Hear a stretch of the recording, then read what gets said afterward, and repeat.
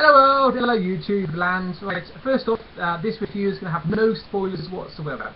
The whole point of this comic, Justice League 23 or Trinity War Part 6 of 6, is that it's a reveal.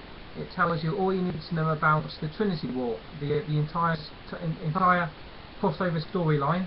It's all revealed in here, and it leads on perfectly for the next story, which is Forever Evil. So everything's explained here. And the last thing you want really is some bloke on YouTube telling you exactly what happened during the comic. It's just going to spoil the fun for you. So go out there and get the comic yourself. This review is just going to be on 5 different categories I've got on my sheet of paper here. So I'm going to give you my general opinions on the comic, but without telling you the plot or giving away any spoilers. Okay, if I get straight into it then.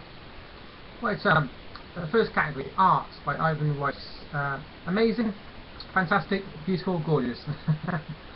What's particularly good about this artwork is that whenever you need exclamation mark, whenever something big happens in the plot, whenever there's a big action scene, it goes to a full page spread of beautiful artwork. I'll give you some examples there. And again, get the comic yourself. But there's something big happening in the storyline, and it's boom, straight to a full page spread. I'll give you my favourites here. I mean, this is fantastic stuff that you just stick up on your wall. It's a lot better than the front cover actually. But the front cover is probably the weakest part of it. There's Wonder Woman, Superman. Gorgeous, isn't it? Absolutely gorgeous artwork. Okay, 5 out of 5 for that. Right, my second category, action. Right, it starts with a flashback to Superman punching Darkseid, and it ends with new threats. I'm not going to say what the new threat is because again I want you to read it yourself. And the new threat ready to attack, and in the middle you've got lots of fight scenes as well. So for action I give that a 5 out of 5. Like character development, Pandora's box affects the emotional insecurities of lots of the characters, so we get to find out a lot more about maybe insecurities, worries, the motives, the fears of the characters, of the superheroes. I'll give you some examples. We've got Satana. She's worried about what her dad would think of her new relationship. We've got Colonel Trevor. He's jealous of Superman and Wonder Woman's relationship, as you might expect him to be. And we've got Superman himself, who fears losing Diana, or Wonder Woman, because he wants to live a full life. And she can't blame him really. He's Superman, but he, just like us really, he wants to be happy, he wants to have a family, he wants to settle down, all that good stuff. So character development. Oh, that is yeah, there's one thing I forgot here. There's one particular character who goes through a bit of a change in this book. She's a bit of a surprise in what she actually does. But when you actually understand why she's done what she does, again not spoiling it, it makes perfect sense, and you get to know her character a bit more, and it makes her more of a fully rounded person. So without spoiling what that person did or who she is, it's good. Although she does something you don't expect, it makes perfect sense. So I'll give that a 5 out of 5 for character development. Story developments. This bloody book is all story developments. It's a complete reveal of everything to do with the Trinity War. It begins from the point of view of the main bad guy, the outsider, and he takes you through, in his own words, and at the end of the book, all is revealed. You know exactly what Trinity War was all about. And it's not that complicated really. Loads of brilliant surprises at the end. Even myself, as a big comic book geek, I wasn't expecting these surprises, and I loved it. Lots of fun for story developments. Give that a very exciting 5 out of 5.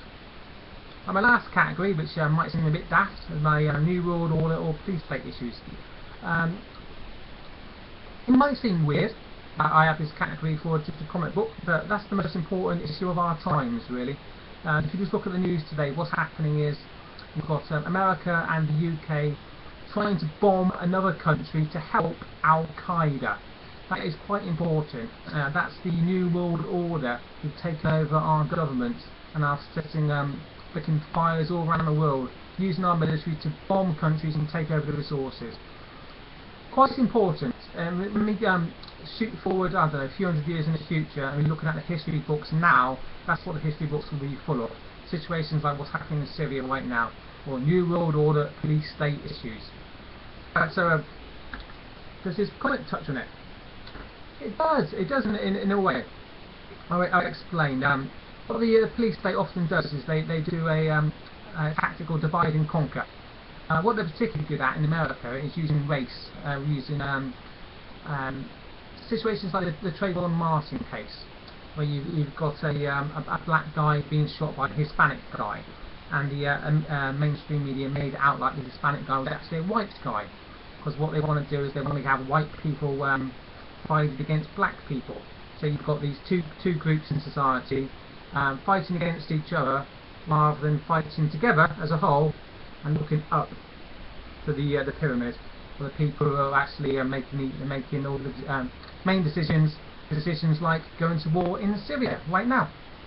So what happens in this comic Justice League is the main bad guy uses the same tactic, uses the same divide and conquer tactic.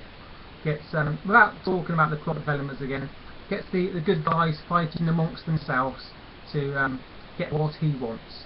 So it's divide and conquer in the Justice League. I'll give that a 5 out of 5 because it's very important, and if you understand how this divide and conquer works, then you really can negotiate the real world and what's happening in the news a lot better, in my opinion.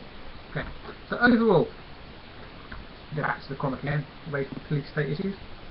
It's got beautiful art, loads of action, tons of surprises, which makes sense. The ending reveals all about Trinity War and makes me very excited for what's happening next in Forever Evil. What else can you ask for? Fantastic comic, loved it a lot, and yeah, it's just under 7 minutes is good. What I'm going to do now is I'm going to go to eBay and I'm going to see if there's any alternative covers for this, so I want to get another copy, so I enjoyed it so much. It's one of the best comics I've read in quite a long time. I'll give it a strong 10 out of 10. Excellent comic, and get it now. If you like it half as much as me, which I think you will, you absolutely love it. Okay, that's it from me. I'll see you later. Bye.